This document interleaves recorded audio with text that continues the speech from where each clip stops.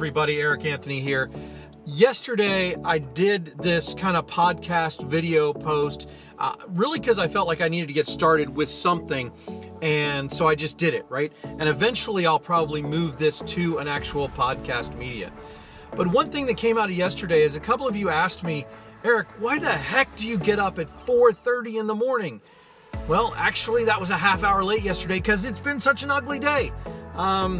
We're now on day 3 of this stupid rain in North Carolina. But anyway, the reason that I get up that early is because I read this book, and it's by a couple of Navy SEALs, and I'll put it in the video right here, actually. And getting up at 4:30 in the morning, or 4 o'clock in the morning, which is actually when I usually get up, is my first battle of the day.